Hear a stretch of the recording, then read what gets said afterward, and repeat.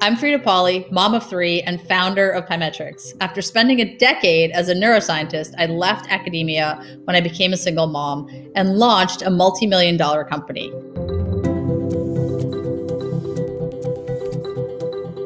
I started my career off as a scientist. I was an academic neuroscientist at Harvard and MIT for about a decade. I really enjoyed doing research, but at the end of the day, I didn't want to only be producing data and writing papers. I had my first daughter, Ellie, in 2005 when I was still in graduate school. Things changed pretty dramatically after she was born because I became a single parent breadwinner the following year. So that actually was part of the journey that I embarked on in terms of thinking, can I sustain a career in academia? 10 years ago, as a postdoctoral fellow at a top tier university, you were basically making less than $40,000 a year. So I decided to leave academia in 2010, and that's when I enrolled at the business school at Harvard. And it was there that I really understood that recruiting hadn't moved beyond the resume. I think that is true for so many people, where what your resume says about you just tells you what you've done in the past, and it says nothing about what you could do in the future. And I was like, wow, we have all these ways of understanding people's cognitive, social, and emotional aptitudes. So why haven't we leveraged that technology to make the matching between you and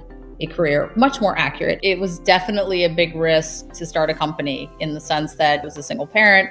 Ellie, my daughter, was 7. I didn't have, massive backup network. But I think what really led me to take the plunge was just having the idea for Pymetrics was so exciting to me. I often describe Pymetrics as bringing to the workforce what dating apps have brought to dating. The whole idea is that if you make career assessment more fun, more accurate, then you're adding another layer of data to somebody's decision while reducing hiring bias. The second thing is I just realized there's no good time to start a company. I had a lot of exposure to the type of folks that I would need to become my clients. It just led me to think there's no better time than now. So my co-founder and I decided if we could get a client to pay us X amount of money, we were going to launch the company and move to New York. A month before I graduated, that goal was met, and that led us to having 15 months of runway. We rented an apartment in New York. We lived there. We worked there. During that time, it was just really critical to have a budget. I definitely don't like to have a lot of debt. I think it just has to be consistent with whatever your comfort zone is. And mine was just to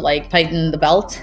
And then a year and a half into the life of Pymetrics, we made the decision, okay, we're going to go and raise venture capital. I was a single mom and just presented a lot of challenges. There are times that I had to take my 10-year-old daughter to an investor meeting because the babysitter didn't show up. But I made a joke out about it, and I was like, oh, it's our newest intern. I think owning being a single parent entrepreneur just really resonated with people. We created a company that had ultimate flexibility. And so that really was helpful for me as well, because a more traditional job wouldn't necessarily have been the best for my daughter. I think that flexibility has really allowed for the greatest sort of realization of people's potential. Today, we're a full-on venture-backed company that I think lives its ideals. And that's why the company is so successful. I was a single parent for about a decade, and then I met my now husband. We went on to have 2 kids. It was definitely a very different experience because having given birth twice while running a fast-paced startup is pretty intense. One of the downsides is that I really wasn't able to take a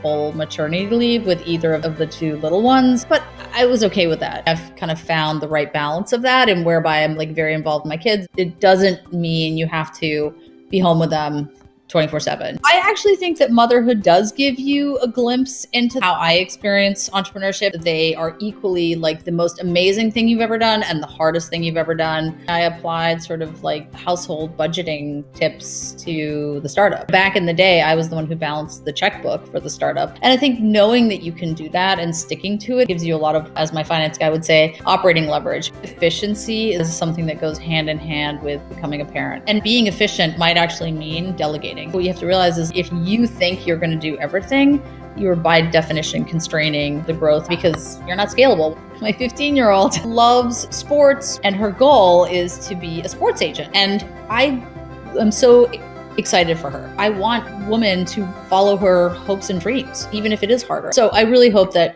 all of my daughters feel like they can pursue whatever their hopes and dreams are.